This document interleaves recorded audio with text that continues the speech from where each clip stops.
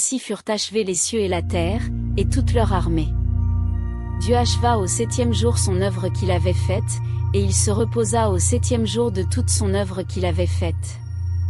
Dieu bénit le 7e jour, et il le sanctifia, parce qu'en ce jour il se reposa de toute son œuvre qu'il avait créée en la faisant.